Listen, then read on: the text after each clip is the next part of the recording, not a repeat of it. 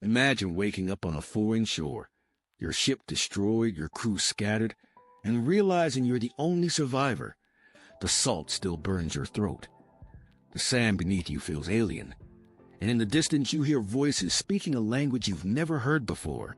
For John Rutherford, this nightmare became a decade-long reality that would mark him forever. Literally.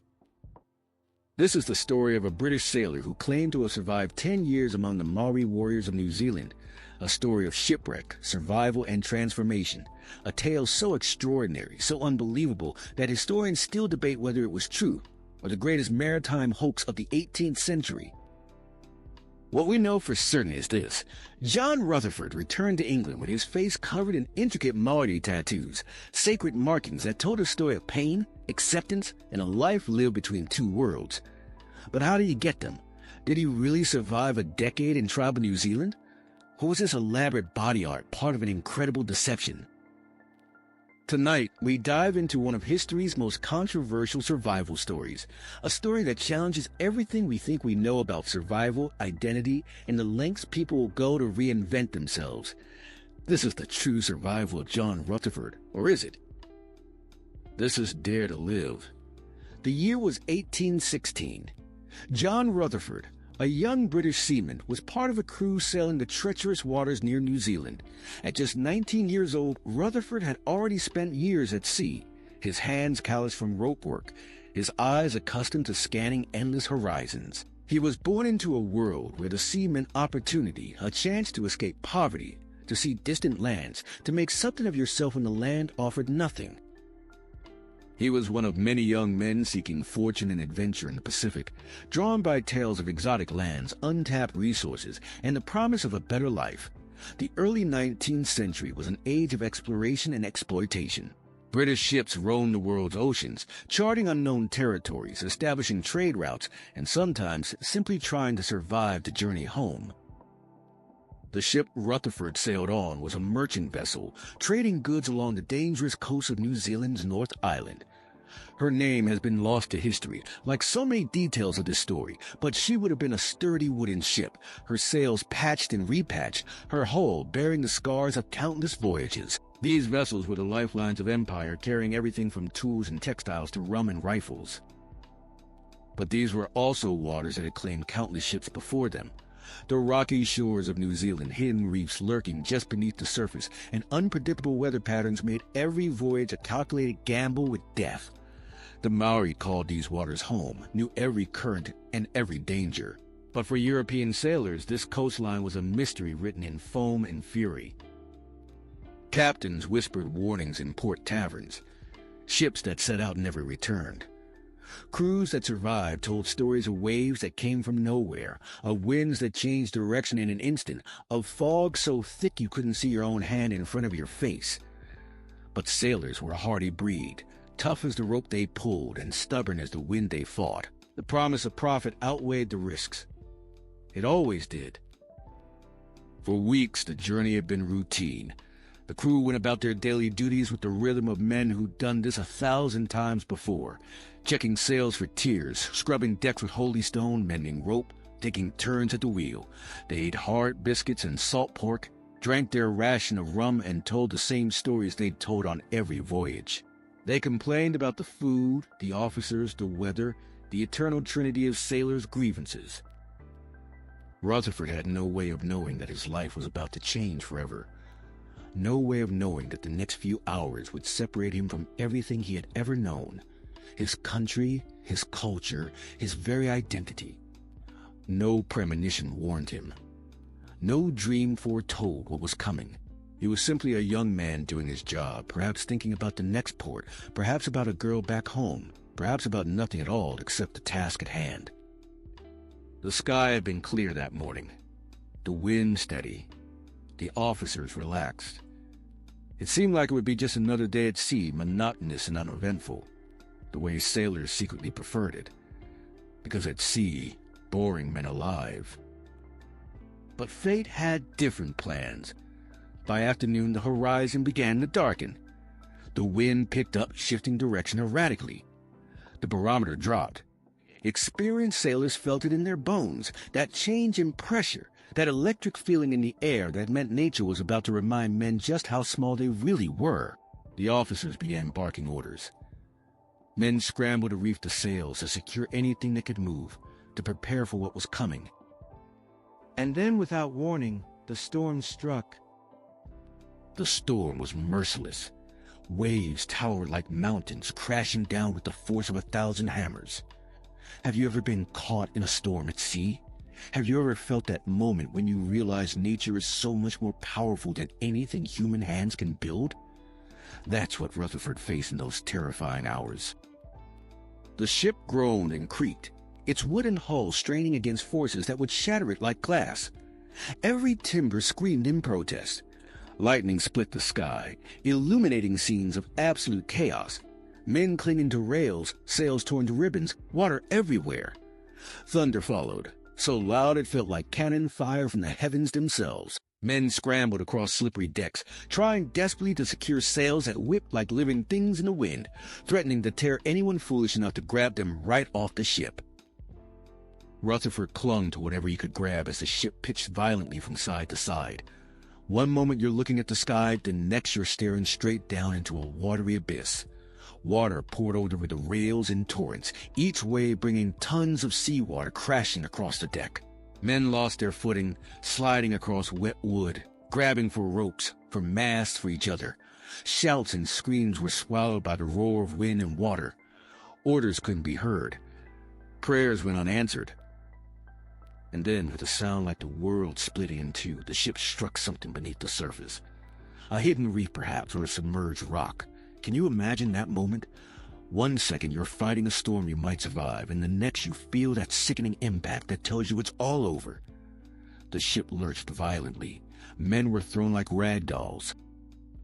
It didn't matter what they'd hit. The result was the same. Catastrophic. Final. The ship cracked and splintered like kindling.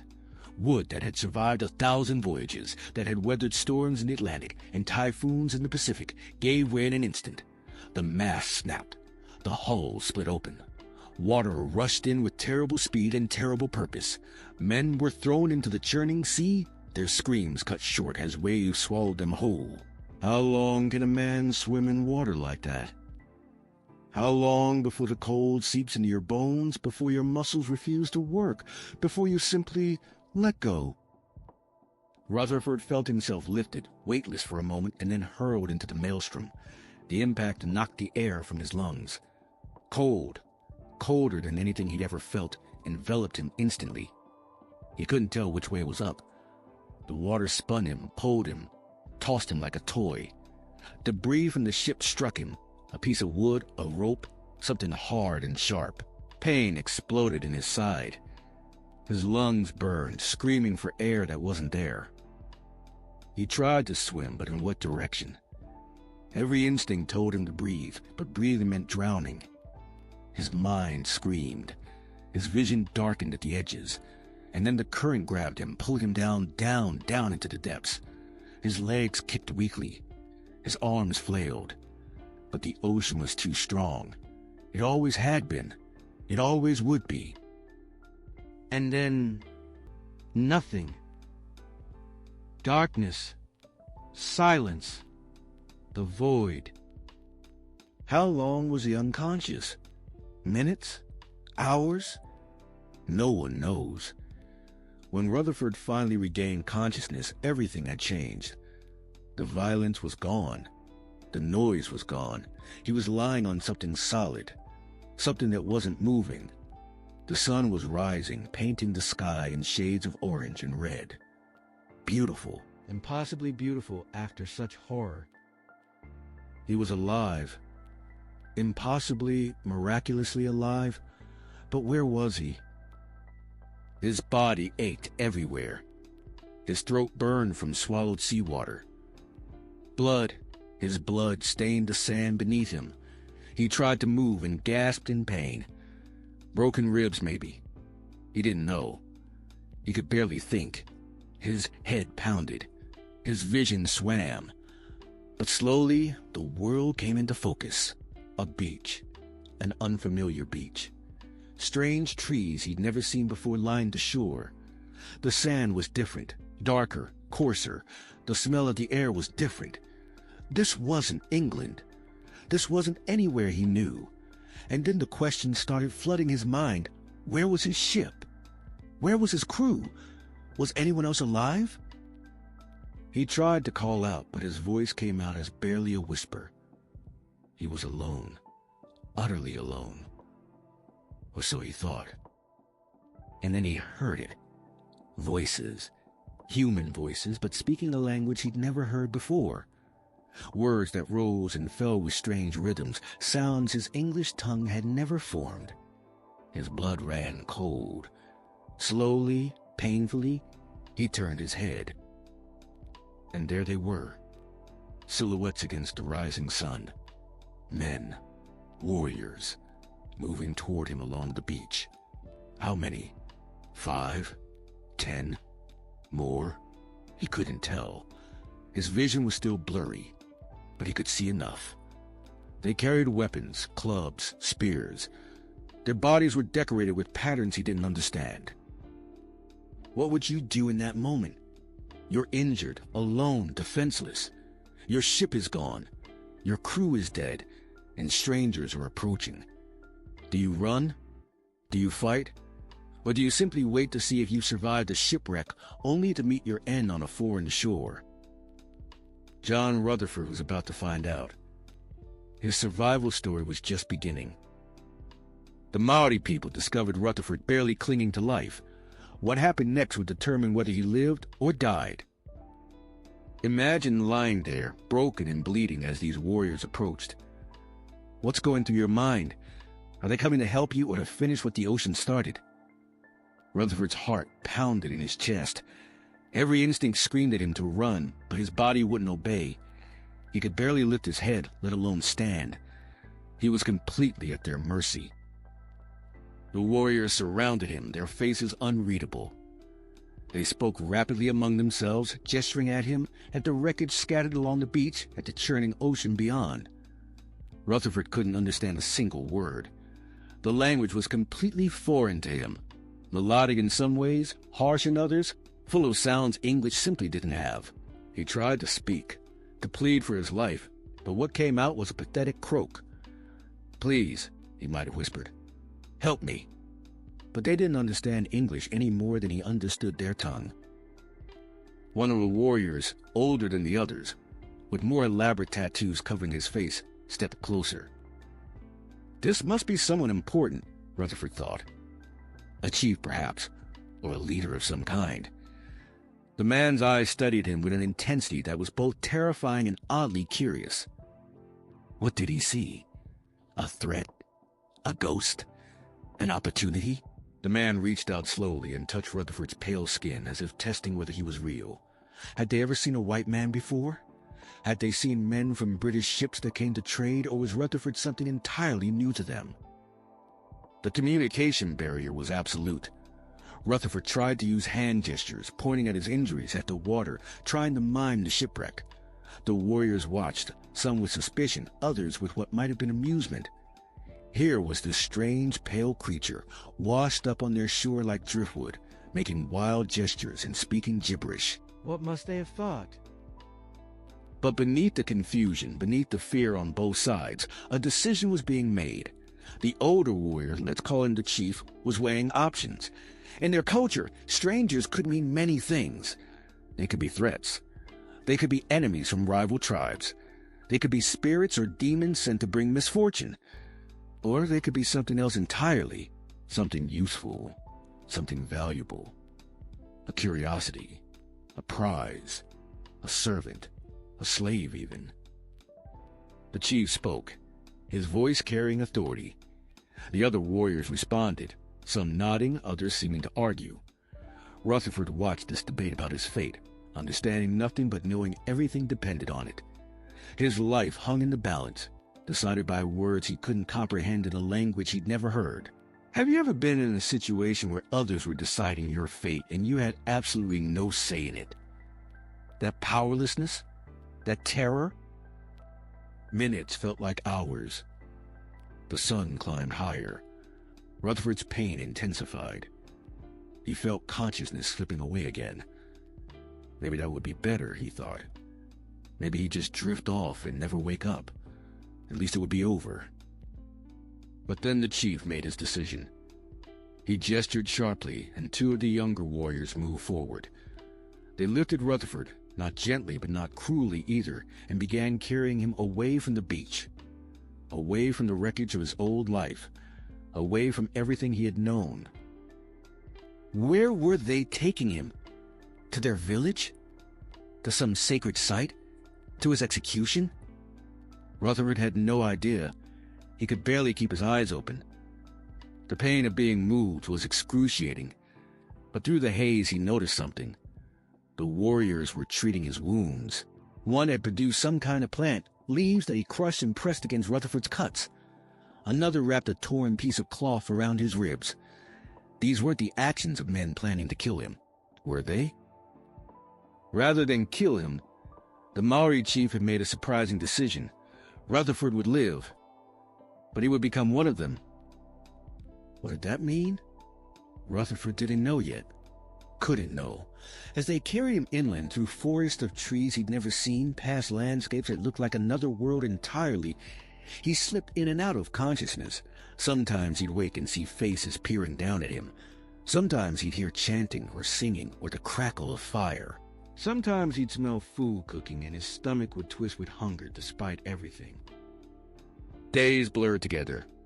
He was in a dwelling of some kind, not like any house he'd known in England, but constructed of wood and woven materials in ways that seemed impossible. People came and went.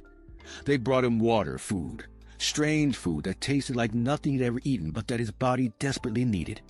They changed his bandages. They tended his wounds with surprising skill. Slowly, agonizingly slowly, Rutherford began to heal. His ribs stopped screaming with every breath. The cuts on his skin began to close. The fog in his mind lifted, and as it did, reality set in. He was alive, yes, but he was also a prisoner. Or was he a guest? He couldn't tell. The warriors watched him constantly. They didn't let him leave, but they also didn't harm him. They seemed curious about him, fascinated even. Children would peek at him from doorways, their eyes wide with wonder before running away giggling. Women would study him while preparing food, whispering to each other. Men would sit nearby, watching him, sometimes trying to communicate through gestures and simple sounds. And Rutherford began to realize something profound. His survival now depended entirely on these people, on their mercy, on their decisions, on his ability to adapt to a world he knew nothing about. But could he adapt? Could a British sailor become, what? A member of a Maori tribe? It seemed impossible. Yet what choice did he have? The ocean had destroyed his ship. His crew was gone. He was thousands of miles from home with no way to get back. This tribe, these people who had every reason to kill him but chose to save him instead, they were now his entire world. John Rutherford's transformation was about to begin, and it would mark him in ways he could never have imagined. Over the following months, Rutherford underwent a transformation that would mark him forever. Think about it. How do you become someone else?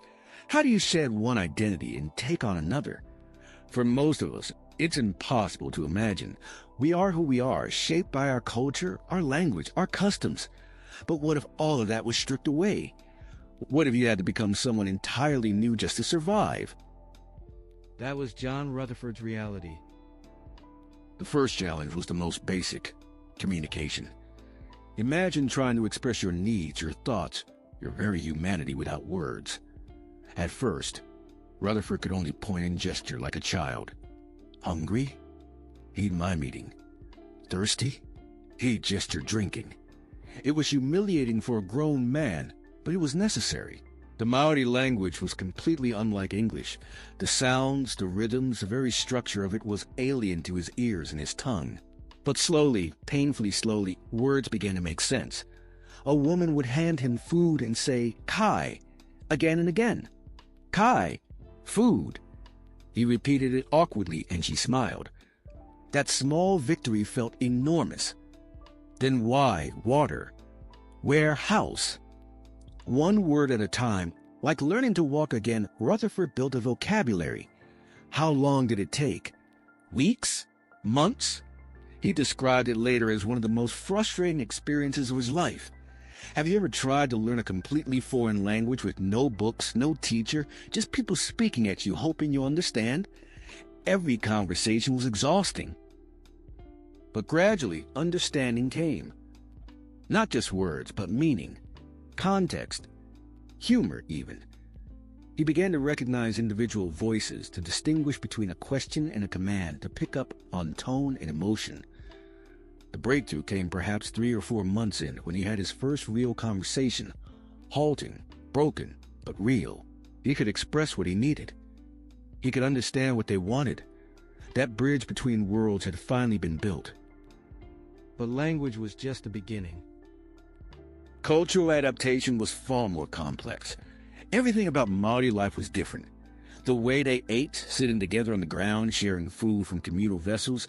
The way they greeted each other, pressing their noses together in the hongi, sharing breath and acknowledging connection. The way they sang, their voices rising in harmonies that seemed to come from the earth itself. The way they made decisions, with the elders speaking and the community listening. Everything discussed openly rather than ordered from above. Rutherford had to learn it all. The customs around food, what could be eaten, when, by whom. The rules about tapu, sacred restrictions that govern everything from where you could walk to what you could touch. Break these rules, even accidentally, and you could bring disaster on yourself and others. How do you learn invisible rules that everyone else just knows? You make mistakes. And Rutherford made many. He'd reach for food before it was offered, and hand would stop him. He'd walk into an area that was tapu, and voices would cry out in alarm. He'd touch something sacred and see genuine fear in people's eyes.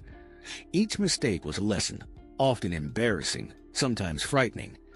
But the Maori people showed remarkable patience with him. They could have punished him harshly for these violations. Instead, they taught him, corrected him, helped him understand why these things mattered. He learned to weave, to fish with bone hooks and woven nets, to recognize which plants were food and which were poison. He learned the stories, the legends of gods and ancestors, of how the land was formed and why things were the way they were. He learned the songs that told these stories, even if his accent was terrible and made children laugh. He learned to sit through meetings that lasted hours, to listen more than he spoke, to show respect through silence and attention. And slowly and possibly he began to fit in. Not as a curiosity anymore, not as the strange pale man from the sea, but as someone who belonged, at least partially. Someone who understood. Someone who could be trusted. He was earning his place, proving his worth. And the tribe was accepting him bit by bit into their world. But then came the ultimate test. The moment that would transform him completely and irreversibly. The moment that would mark him forever as something between two worlds. The moko, the sacred facial tattoo reserved for Maori warriors. One evening, the chief called Rutherford to his dwelling. Through the language Rutherford now partially understood, the chief explained what was about to happen. This wasn't a request. This wasn't optional.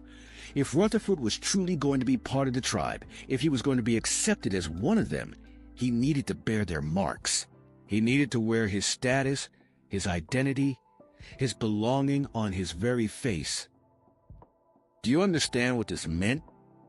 This wasn't like getting a tattoo today, a decorative choice you make on a whim. This was identity itself. The moko told everyone who you were, what family you belonged to, what rank you held, what you had accomplished. It was sacred. It was permanent. It was everything.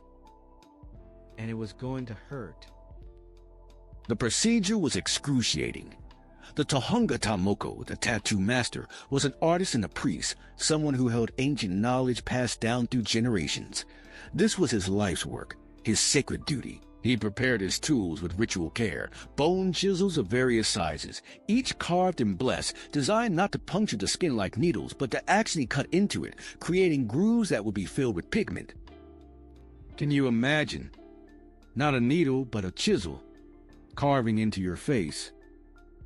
Rutherford was made to lie down. Other men held him, Not cruelly, but firmly. They knew what was coming. They'd been through it themselves. The Tahungata Moko began to chant, calling on ancestors, asking for their blessing, preparing Rutherford's spirit for this transformation. Then he picked up his tools. The first cut was like lightning across Rutherford's face. Pain, pure, searing, overwhelming pain exploded from his cheekbone. He tried not to scream, but a sound escaped anyway. The men holding him gripped tighter. The Tahungata Moko didn't stop. He worked with practiced precision, each tap of his small hammer driving the chisel deeper, creating the traditional patterns, the spirals and curves that meant something in this culture, that told a story Rutherford was now part of. Hours. The procedure took hours. Each section of his face had to be carved, then filled with a dark pigment made from burned wood mixed with oil. His cheeks, his forehead, his chin. The pain never stopped, never lessened. It was constant, relentless, turning his face into a mask of agony. Sweat poured from him. His body shook, but he endured. What choice did he have? And here's the thing. This wasn't just physical pain. This was psychological transformation. With every cut, John Rutherford, the British sailor, was being carved away. Something new was being created. Someone new. The patterns on his face weren't decoration. They were a statement. You are one of us now. You belong to this place, this people, this life. When it was finally over, when the last cut was made and the last pattern filled, Rutherford was barely conscious. His face was swollen, bleeding, throbbing with pain that would last for days. But it was done. He had survived. More than that, he had been transformed. They showed him his reflection in still water, and Rutherford stared at a stranger, a face that was his but wasn't, a face that looked Maori, a face that would horrify his own mother if she could see it, a face that meant he could never truly go back to who he was before. This wasn't just decoration. This was transformation. This was belonging. This was the point of no return. John Rutherford had ceased to be just a shipwreck sailor. He had become something else entirely, something caught between two worlds, and the marks on his face would prove it to anyone who looked at him for the rest of his life. Days turned to months. Months turned to years. Rutherford stopped counting. Have you ever lost track of time so completely that you're not sure if a year has passed or 5? When there are no calendars, no seasons you recognize, no holidays marking the passage of time, how do you measure your own life? For Rutherford, time became something different. Not days and weeks, but plantings and harvests. Not months, but moons. Not years, but the cycles of life and death in the tribe around him. His face had healed, leaving behind the permanent marks of his transformation. When he touched his cheeks now, he felt the ridges and grooves of the moko. It had become part of him, as much as his own bones. Children who had once stared at him in wonder now played around him without a second thought. He was just another member of the tribe. Strange, yes. Different, certainly. But there's... And with that acceptance came responsibility. Expectations, a role to play. The Maori were warriors. Not soldiers in the European sense, with uniforms and formations and distant commanders, but warriors nonetheless, men who defended their land, their families, their honor with fierce dedication. And if Rutherford was going to be one of them, he needed to learn to fight like them. The training was brutal. These weren't the disciplined drills of a British military. This was something more primal, more personal. He learned to wield the mere, the short, flat war club made of greenstone, designed to crush skulls with a single blow. The weight of it in his hand felt strange at first, unbalanced. But he learned. Hour after hour, day after day, practicing strikes and blocks until his muscles remembered the movements without thinking. He learned the taiaha, the long staff, used both for striking and for elegant, almost dance-like combat. Watching masters of the taiaha was like watching a deadly ballet. They moved with grace and precision, every motion purposeful, every stance meaningful. Rutherford was clumsy by comparison, but slowly, painfully, he improved.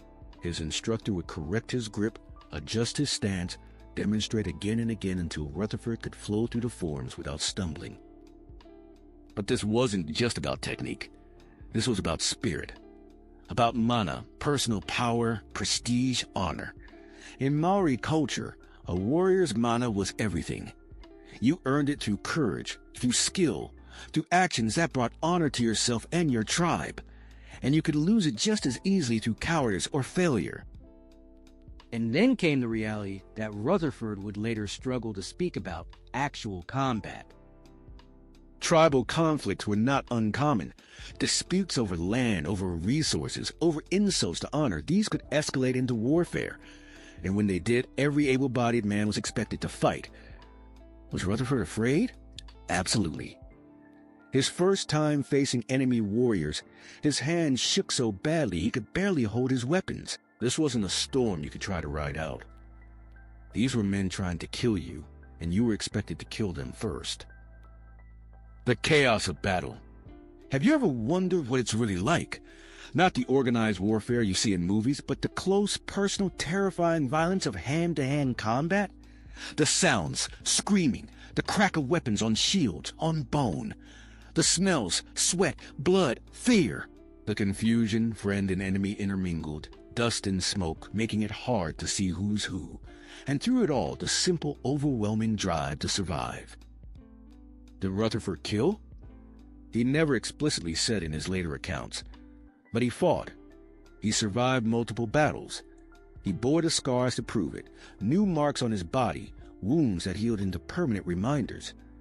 How do you live with that? How do you reconcile the young British sailor you once were with the warrior you become?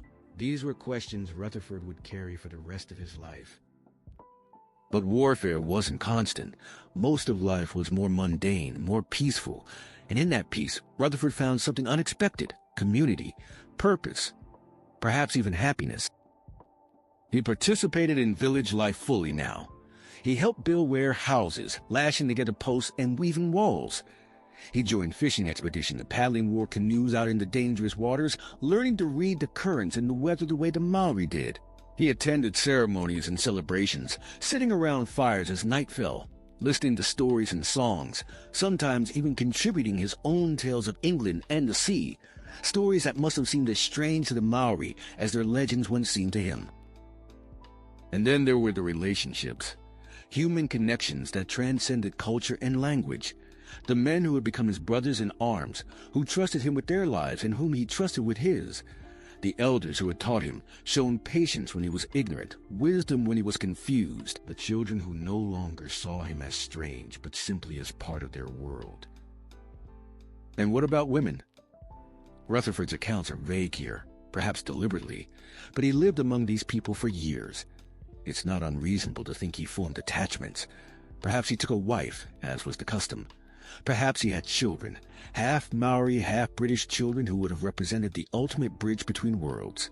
He never confirmed this, but the silence itself is telling. What would it mean to leave behind children? That question might have been too painful to answer honestly. The seasons cycled. Plantings and harvests came and went. Wars were fought and won and lost. People were born. People died. And through it all, Rutherford lived. Not as a prisoner anymore, not even as a guest, but as a member of the tribe. His language was fluent now. His understanding of customs was deep. His skills as a warrior were proven. His moko marked him as one of them. According to Rutherford, he spent 10 years in this world, caught between two identities, two cultures, and eventually two realities. 10 years. Think about that. 10 years is long enough to forget what your mother's face looked like. Long enough that England became more dream than memory. Long enough that the sound of English spoken felt foreign in your ears. Long enough that this life, this Maori life, became simply life. Not exotic, not strange, just normal. Did he think about escape? In the early days, certainly. He must have scanned every horizon for sails, dreamed of rescue, plotted ways to reach the coast and signal passing ships. But as time went on, did those thoughts fade? Did he stop wanting to leave? Did he reach a point where this was home and England was the foreign place? The internal conflict must have been profound. Part of him was still John Rutherford, a British sailor, who belonged to a world of tea and fog in the King's English. But another part, perhaps a larger part now, was someone else entirely. Someone who spoke Maori, who understood tapu, who had killed to defend his tribe, who bore their sacred marks on his face. Is this home now? That question must have haunted him on quiet nights, staring up at unfamiliar constellations in the southern sky. Which world did he belong to? Or did he belong to neither? Was he caught forever in between?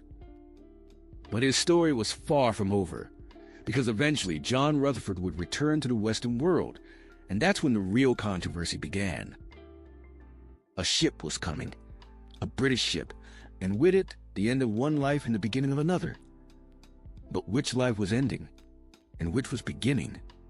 Rutherford himself might not have been able to answer that question, because the truth is both lives were ending, and what came next would be something entirely different.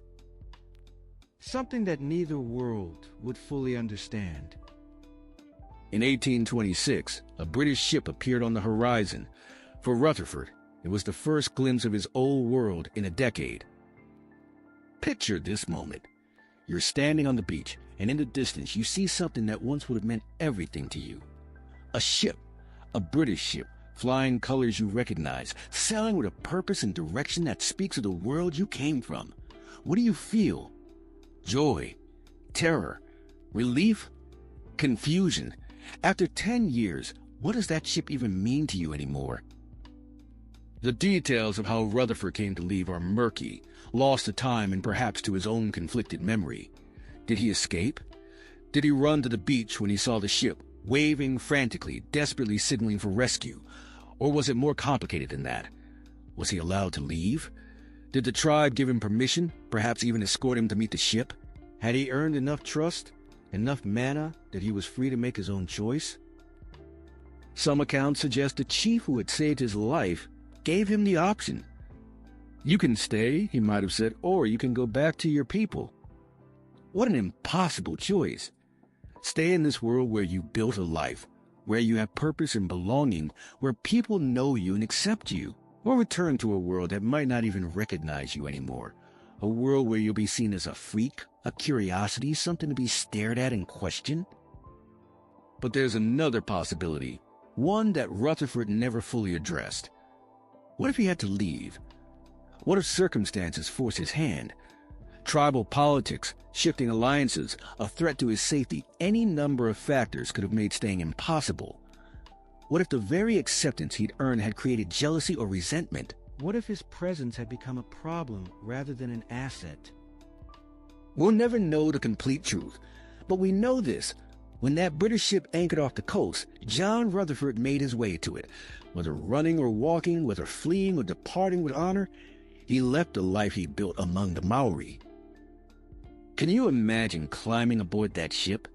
The feel of European wood under your feet again, the smell of tar and canvas, and all the familiar sense of British maritime life.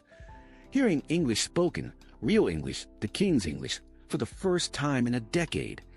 It must have felt like stepping through a portal into another world, or perhaps stepping back into an old dream he'd almost forgotten. But what about what he left behind? Did he look back as the ship pulled away? Did he see people on the shore? Friends, brothers in arms, perhaps a wife, perhaps children watching him go? Did he feel relief or regret? Freedom or loss? The emotional complexity of that moment is almost impossible to fathom. The journey back to Britain would take months. Months of living once again as a European, of readjusting to life aboard a ship, of remembering how to be the person he used to be. But that person didn't exist anymore. How could he? The face in the mirror wasn't the face of John Rutherford, British sailor. It was the face of someone caught between worlds. Someone who belonged nowhere and everywhere. What did he tell the crew? How did he explain the tattoos covering his face? Did they believe him? Did they think he was mad? Did they treat him with curiosity or contempt? The voyage home must have been its own kind of ordeal. Not physical danger, but the psychological challenge of shifting identities once again, of trying to become British after 10 years of being Maori. When John Rutherford stepped off that ship in England, he was a sensation. A white man with a tattooed face, something virtually unheard of in 19th century Britain. Imagine Victorian England. Cobblestone streets, gas lamps, proper ladies in corsets and gentlemen in top hats. A society obsessed with propriety, with appearance, with fitting in. And into this world walks a man whose face is covered in intricate, permanent, undeniably foreign tattoos. What do you think happened? He became an instant celebrity, but not the kind of celebrity anyone would want to be. He was a curiosity, a freak show, a living, breathing reminder that the world was stranger and more dangerous than most proper English people wanted to believe. People stared. Of course they stared. How could they not? Some stared in horror, crossing the street to avoid him. Some stared in fascination, following him, whispering to companions. Children pointed. Women gasped. Men demanded explanations. Public reaction was intense and divided. To some, Rutherford was a hero, a survivor who had endured unimaginable hardships and lived to tell the tale. He had survived a shipwreck, been captured by savages, and somehow made it home. That was the stuff of adventure novels, of the exotic tales that fueled British imperial imagination. He was living proof that British men could survive anything, anywhere. But to others, he was something else entirely. A man who had gone native, who had let himself be marked by primitives, who had in some fundamental way betrayed his own people and his own culture by accepting those marks. There was something unsettling about him, something that challenged comfortable assumptions about British superiority and the clear lines between civilization and savagery. The tattoos made him unemployable in normal society. Who would hire a clerk or a laborer with a face like that? He couldn't blend in. He couldn't disappear into the crowds of London or any other city. He was permanently marked, permanently other, permanently outside the normal structures of British society. So he did what many people in his position did. He exhibited himself. He became essentially a human attraction. He toured towns and cities, standing on stages or in rented rooms, charging admission for people to come look at him, to hear his story, to ask their questions, to satisfy their morbid curiosity. Can you imagine the humiliation? Standing there while hundreds of eyes examined you like you were an animal in a zoo? While people whispered about you, made jokes, treated you as less than human. But what choice did he have? He needed to eat. He needed shelter. And his face, the same face that had marked him as belonging among the Maori, now made it impossible to make a living any other way. He told his story repeatedly, over and over and over. The shipwreck, the rescue, the life among the Maori, the tattoos, the return. Each telling probably emphasized different details depending on the audience. Make it more dramatic for the working classes who wanted adventure. Make it more ethnographic for the educated classes who wanted to feel they were learning something. Always walking that line between entertaining and informing, between truth and showmanship. And then came the book. In 1830, just a few years after his return, his story was published. Not written by Rutherford himself, he probably lacked the education and the connections, but written down by someone else based on his accounts. The book was titled The Narrative of a 9 Years Residence in New Zealand, and it contained his story, his descriptions of Maori life, his adventures and trials. Wait, 9 years? Didn't he say 10 earlier? Already, inconsistencies were creeping in. Or perhaps he'd always been inconsistent. Perhaps he himself didn't know exactly how long he'd been there. When you stop counting time, when years blur together, how accurate can your memory really be? The book sold. People were fascinated by tales of the South Pacific, of indigenous peoples, of the exotic and dangerous world beyond Britain's shores. Rutherford's story fed that fascination. It gave readers a window into a world they could barely imagine. A world of warriors and tribal warfare, of sacred tattoos and ancient customs, of a white man who had somehow survived it all. He toured. He exhibited himself. He told his tale to anyone who would listen and pay. By all accounts, he made a modest living from it. Not wealth, but survival, which, given everything he'd been through, was perhaps all he'd ever really wanted. But there was always a question hanging in the air. unspoken by many but thought by most. But was it true? Here's where John Rutherford's story gets complicated. Because the more people examined his account, the more questions arose. Historians, anthropologists, skeptics, they all started poking holes in his narrative. And some of those holes were hard to ignore. Let's look at the evidence for his story first. Because there is evidence, this isn't just a matter of believing or not believing. There are facts we can examine. First and most importantly, he definitely had Maori moko tattoos. This is verified.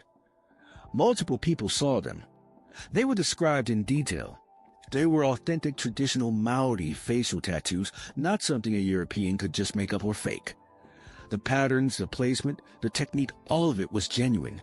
So the question isn't whether he had the tattoos. He did. The question is, how did he get them? Second, his details of Maori culture were remarkably accurate for someone without formal anthropological training. Remember, this was the 1820s and 1830s. There weren't many detailed ethnographic studies of Maori culture available in English. Yet Rutherford described customs, rituals, weapons, social structures, many of which were later confirmed by scholars who studied Maori culture more systematically. How would he know these things if he hadn't lived among them? Third, shipwrecks were common in that region. The waters around New Zealand had claimed many vessels. It was entirely plausible that Rutherford's ship had gone down in a storm. The basic premise of his story wasn't outlandish. Fourth, there were some corroborating accounts. Other sailors and traders who had visited New Zealand reported hearing rumors of a white man living among the Maori. These reports were vague and secondhand, but they existed. Something had happened to create those rumors. So that's the case for Rutherford. But now let's look at the case against him, because it's substantial. Timeline inconsistencies are the first problem. He sometimes said 9 years, sometimes 10. The dates don't always add up. When exactly did his shipwreck? When exactly did he return? Different accounts give different answers. Now this could be innocent, memory phase, details get confused, especially when you've experienced trauma and cultural displacement, but it raises questions. Second, some of his cultural details were wrong. Scholars who later studied his account in depth found errors, descriptions of rituals that didn't quite match what we know about Maori practices, names that seemed invented, customs that seemed more like European fantasy about indigenous peoples than actual Maori traditions. These could be honest mistakes, misunderstandings, or mistranslations, or they could be evidence of fabrication. Third, no official ship records were ever found. No documentation of a British merchant vessel going down off New Zealand in the time frame Rutherford described. Now, records from that era were often incomplete or lost. Many ships sailed unofficially or under unclear circumstances. But it doesn't help his case either. Fourth, there's the tattoo problem. Yes, his tattoos were authentic, but how did he get them? The traditional process of receiving moko was extremely painful and took multiple sessions. Would a captive really be forced to undergo this? Would a tribe really invest that much time and ritual significance in someone they just found on a beach?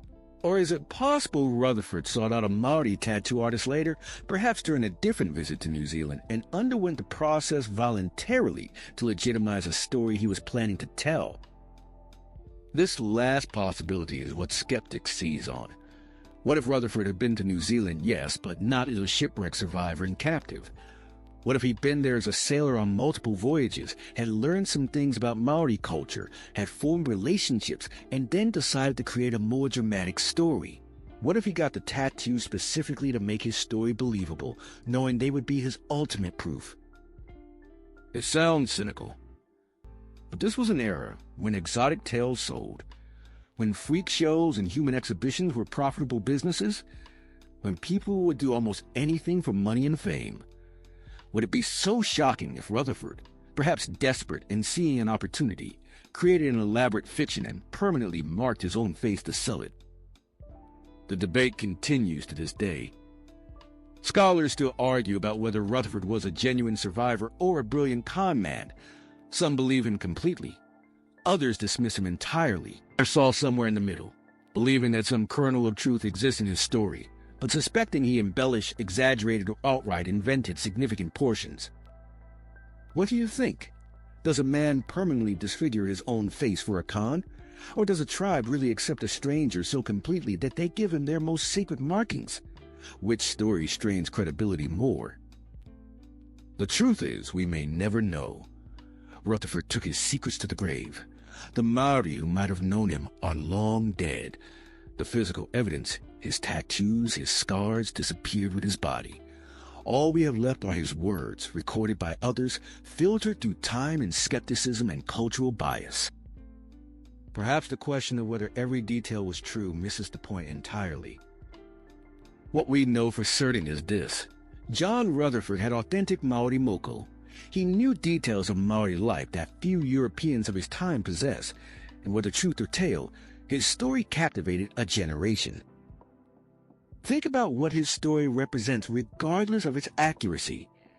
It's a story about survival in the most extreme circumstances, about adaptation and transformation, about the possibility or impossibility of truly crossing cultural boundaries, about what happens when someone exists between two worlds, fully belonging to neither.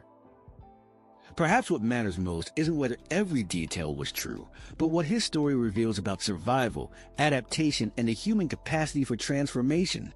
Whether he lived among the Maori for 10 years or 10 months, whether he was captured or chose to stay, whether he fought in their wars or simply observed them, the fact remains that he underwent a profound transformation. He marked his own body permanently. He learned their language. He presented himself to the world as someone who had crossed a boundary that most people never even approached. John Rutherford, whether castaway or con man, became a man caught between two worlds, and in that space between he created a legend that endures to this day. A legend that makes us ask uncomfortable questions about identity, about belonging, about how much of who we are is determined by our culture, and how much is something deeper and more permanent. His tattooed face was a challenge to Victorian certainties about race, culture, and civilization. It said, the boundaries you think are solid can be crossed. The identity you think is permanent can be changed. The world is stranger and more complex than your neat categories allow. And perhaps that's why his story, true or false, still resonates. Because we all struggle with questions of identity and belonging. We all wonder what we would do in extreme circumstances. We all ask ourselves, who would I become if everything I knew was stripped away? What marks, literal or metaphorical, do I carry that tell the story of who I am? John Rutherford's moko told a story. Whether that story was a historical fact or an elaborate fiction, it was a story about transformation, survival, and the human need to belong somewhere, even if that somewhere is between worlds. What do you think? Was John Rutherford telling the truth? Was he a survivor who truly lived among the Maori for a decade? Or was he a clever storyteller who found a way to make a living from an elaborate tale? Let us know in the comments below. And remember, life isn't always what we expect it to be. Sometimes we're shipwrecked. Sometimes we find ourselves in strange lands among strange people. Sometimes we're forced to become someone new just to survive. And sometimes the most incredible stories are the ones that might just be true. This is Dare to Live.